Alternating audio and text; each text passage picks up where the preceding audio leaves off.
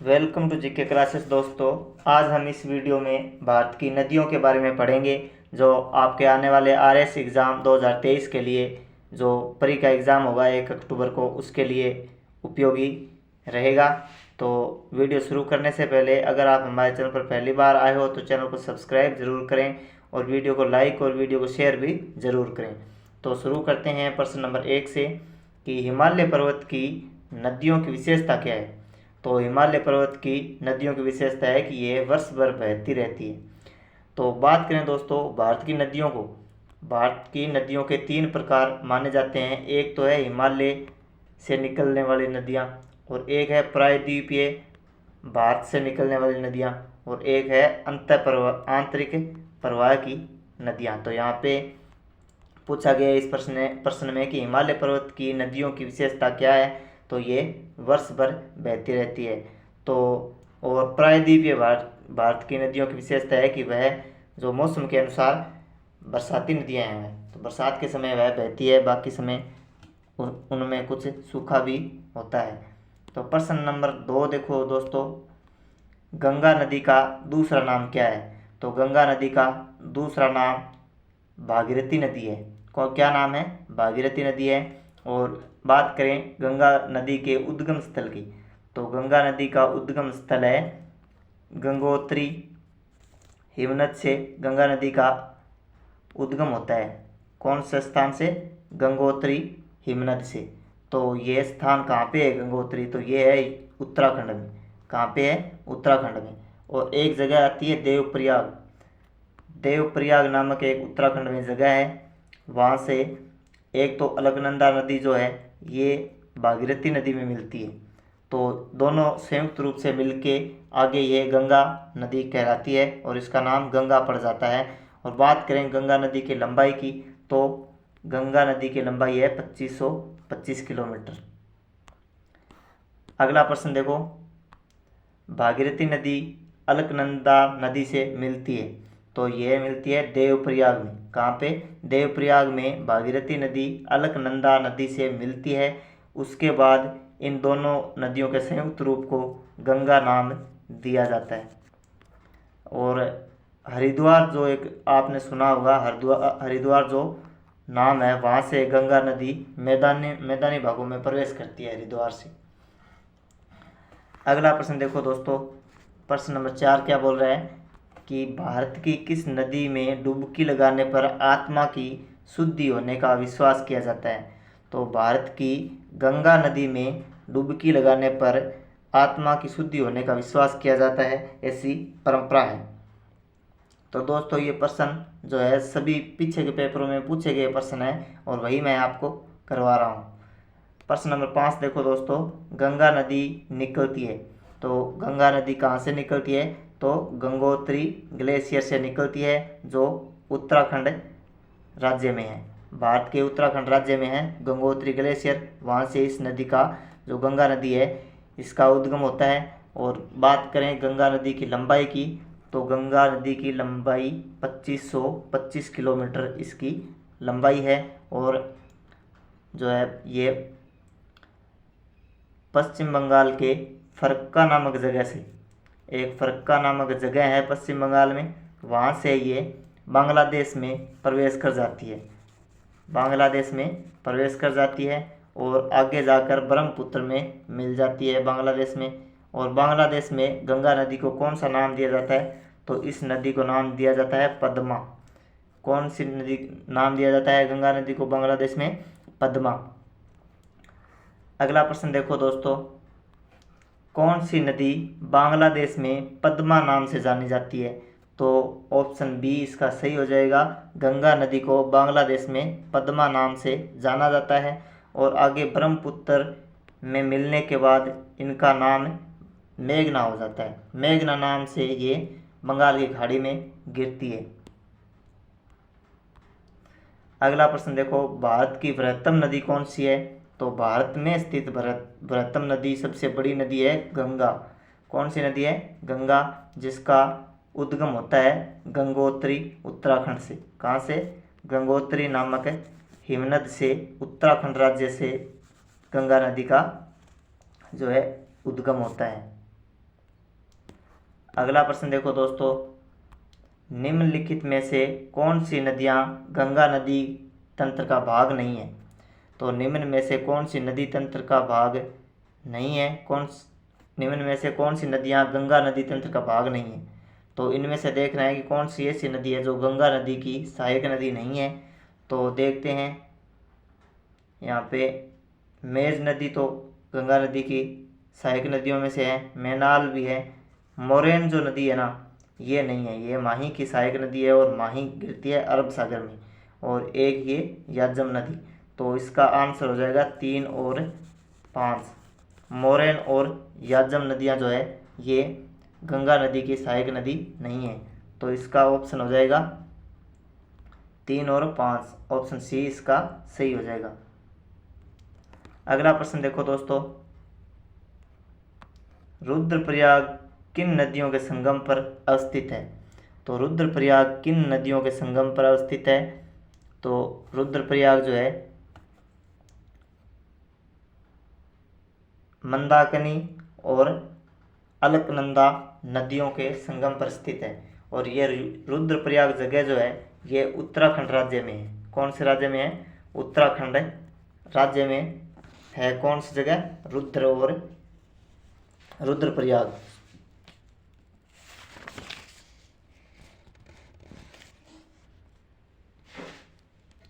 अगला प्रश्न देखो दोस्तों,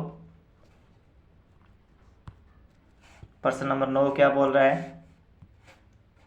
कि कर्णप्रयाग संगम स्थित है। तो कर्णप्रयाग संगम किन नदियों के जो मिलान पॉइंट है उस पर स्थित है।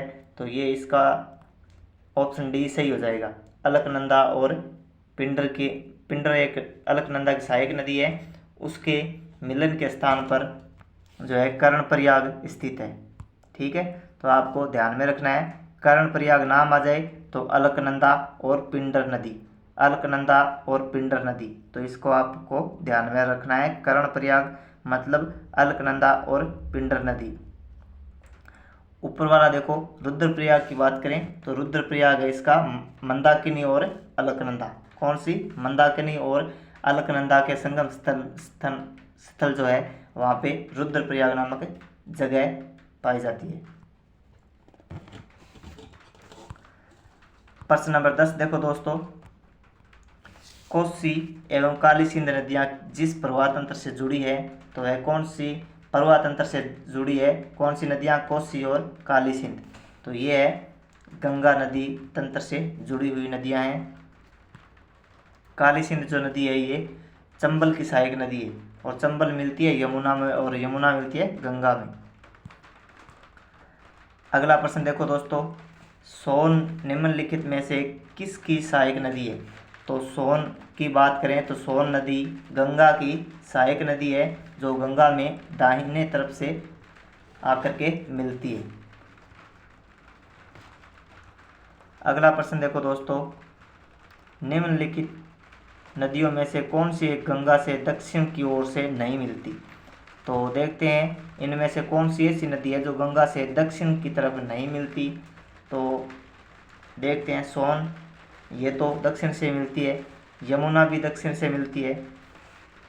आगे देखते हैं पुनपुन, ये पुनपुन नदी जो है ये भी गंगा नदी के दक्षिण से मिलती है। गोमती नदी है ना, ये बाईं साइड से गंगा नदी में मिलती है। और एक इस गोमती नदी की एक तथ्य और है कि लखनऊ जो शहर है, उत्तर प्रदेश की राजधानी लखनऊ, वह गोमती नदी के किनारे है। तो इस प्रश्न का उत्तर हो जाएगा गोमती नदी। गोमती नदी गंगा नदी के दक्षिण से नहीं मिलती है। प्रश्न नंबर 13 देखो दोस्तों, यमुना नदी का उद्गम स्थान कौन सा है। तो यमुना नदी जो गंगा नदी की सहायक नदी है, इसका उद्गम स्थान कौन सा है। तो उसका यमुना नदी का उद्गम स्थान है बंदरपूंछ। बंदरपूंछ नामक एक जगह है, किस राज्य में, उत्तराखंड राज्य में। बंदरपूंछ नामक एक जगह है, वहाँ से यमुना नदी का उद्गम होता है। अगला प्रश्न देखो दोस्तों, सिंधु नदी का उद्गम स्थान है। तो सिंधु नदी का उद्गम स्थान है कौन सा है। तो ये कैलाश जो है, कैलाश नामक एक जगह है, तिब्बत में, तिब्बत की कैलाश नामक जगह से सिंधु नदी जो है इसका उद्गम होता है। बात करें सिंधु नदी की लंबाई की तो 3880 किलोमीटर इसकी लंबाई है। और बात करें भारत में इसकी लंबाई कितनी है, तो भारत में इसकी लंबाई है 1134 किलोमीटर। कितनी? 1134 किलोमीटर भारत में इसकी लंबाई है। किस नदी की? सिंधु नदी की। और इसका उद्गम होता है कैलाश नामक पर्वत से, जो तिब्बत देश में स्थित है। अगला प्रश्न देखो दोस्तों, प्रश्न नंबर 15 क्या बोल रहा है कि निम्न में से किस नदी को दक्षिण की गंगा के नाम से जाना जाता है। तो इनमें से कौन सी ऐसी नदी है जिसको दक्षिण की गंगा कहा जाता है, तो ये गोदावरी नदी है ना, इसको दक्षिण की गंगा कहा जाता है। गोदावरी नदी को दक्षिण की गंगा कहा जाता है और ये प्रायद्वीपीय भारत की सबसे बड़ी नदी है। प्रायद्वीपीय भारत की सबसे बड़ी नदी किसको कहा जाता है, तो इसको कहा जाता है गोदावरी नदी को। इसका उद्गम होता है त्र्यंबकेश्वर नामक एक जगह है महाराष्ट्र में। कौन सी? त्र्यंबकेश्वर नामक एक जगह है महाराष्ट्र में, वहाँ से इसका उद्गम होता है। कि कौन सी नदी का? गोदावरी नदी का। तो महाराष्ट्र राज्य से गोदावरी नदी निकलती है। ठीक है, तो ये आपको ध्यान में रखना है। और आंध्र प्रदेश से बहते हुए ये बंगाल की खाड़ी में अपना जल विसर्जित कर देती है। अगला प्रश्न देखो दोस्तों,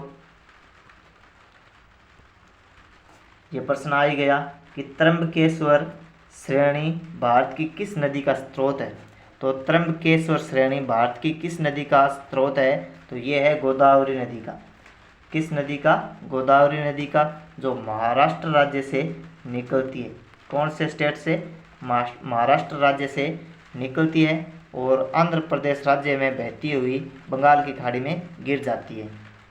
और इसको दक्षिण की गंगा कहा जाता है और प्रायद्वीपीय भारत की सबसे बड़ी नदी इसको माना जाता है। प्रश्न नंबर 17 देखो दोस्तों, सबसे वृहद अपवाह क्षेत्र वाली प्रायद्वीपीय नदी कौन सी है। तो सबसे वृहद अपवाह क्षेत्र वाली प्रायद्वीपीय नदी कौन सी है? ये है गोदावरी नदी। कौन सी नदी? गोदावरी नदी, जो त्र्यंबकेश्वर महाराष्ट्र से इसका उद्गम होता है। और दक्षिण की गंगा इसको कहते हैं। प्रायद्वीपीय भारत की सबसे बड़ी नदी है और सबसे वृहद अपवाह क्षेत्र वाली नदी है प्रायद्वीप भारत की। अगला प्रश्न देखो दोस्तों, इनमें से कौन सी हिमालयी नदी प्रणाली का हिस्सा नहीं है। तो इनमें से देखना है आपको कि हिमालयी नदी प्रणाली का हिस्सा कौन सी नदी नहीं है। तो सिंधु, कैलाश पर्वत तिब्बत, गंगा गंगोत्री उत्तराखंड और ब्रह्मपुत्र ये भी हो गया, ये हिमालय से निकलने वाली नदी है। और गोदावरी, ये गोदावरी हिमालय से निकलने वाली नदी नहीं है, ये प्रायद्वीपीय भारत की सबसे बड़ी नदी है। तो इसका ऑप्शन डी इसका सही हो जाएगा। गोदावरी नदी दक्षिण भारत की नदी है, प्रायद्वीपीय भारत की नदी है। अगला प्रश्न देखो दोस्तों,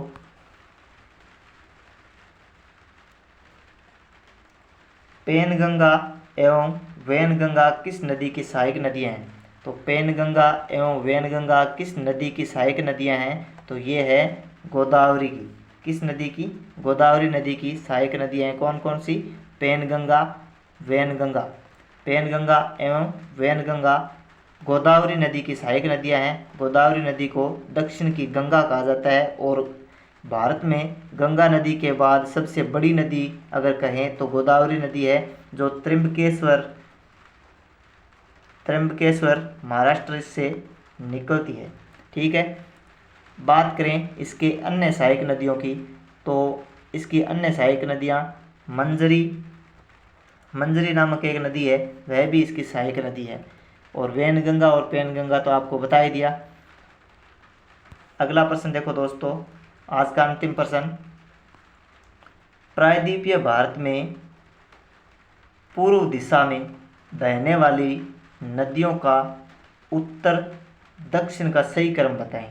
तो पहले आप प्रश्न को ध्यान से सुन लीजिए कि प्रश्न क्या बोल रहा है। तो प्रायद्वीपीय भारत में पूर्व दिशा में यानी बंगाल की खाड़ी में गिरने वाली नदियों की बात हो रही है यहाँ पे।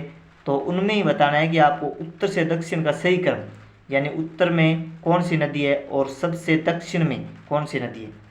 तो इसका सही आंसर होगा सुवर्णरेखा, महानदी, गोदावरी, कृष्णा, पेन्नार, कावेरी और वेंगई नदी। तो ऑप्शन ए इसका सही हो जाएगा। तो आपको ध्यान में रखना है। तो मैं आपको मैप के यहाँ पे डायग्राम बना के समझा देता हूँ कि कौन सी नदियाँ कहाँ गिरेगी। तो ये अपन देखते हैं, ये प्रायद्वीपीय भारत का जो मैप है।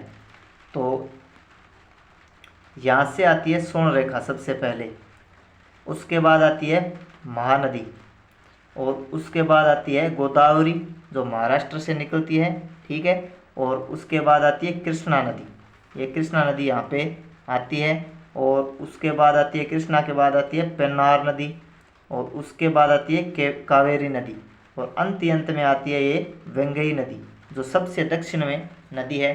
तो यहाँ पे वेंगई नदी और जो सुवर्ण रेखा नदी है, इनके जो मध्य की नदियाँ ना, ये सभी बंगाल की खाड़ी में गिरती हैं। तो स्वर्ण रेखा से शुरू होती है और वेंगई नदी से यहाँ पे समाप्त हो जाती है, जो सभी पूर्व दिशा में बहती है। और वेंगई भारत की सबसे दक्षिण में बहने वाली नदी है, और स्वर्ण रेखा यहाँ पे पूर्व की बंगाल की खाड़ी में गिरने वाली नदियों की शुरुआत यहाँ से होती है। तो धन्यवाद दोस्तों, आज के लिए इतना ही। अगर वीडियो अच्छा लगा है तो वीडियो को लाइक और वीडियो को शेयर ज़रूर करें। और आपको भारत की नदियों से जो अगर प्रश्न और भी करवाने हैं तो आप हमें कमेंट में बता सकते हैं, उसके हिसाब से मैं आपको वीडियो दे दूँगा। तो जय हिंद, जय राजस्थान, धन्यवाद।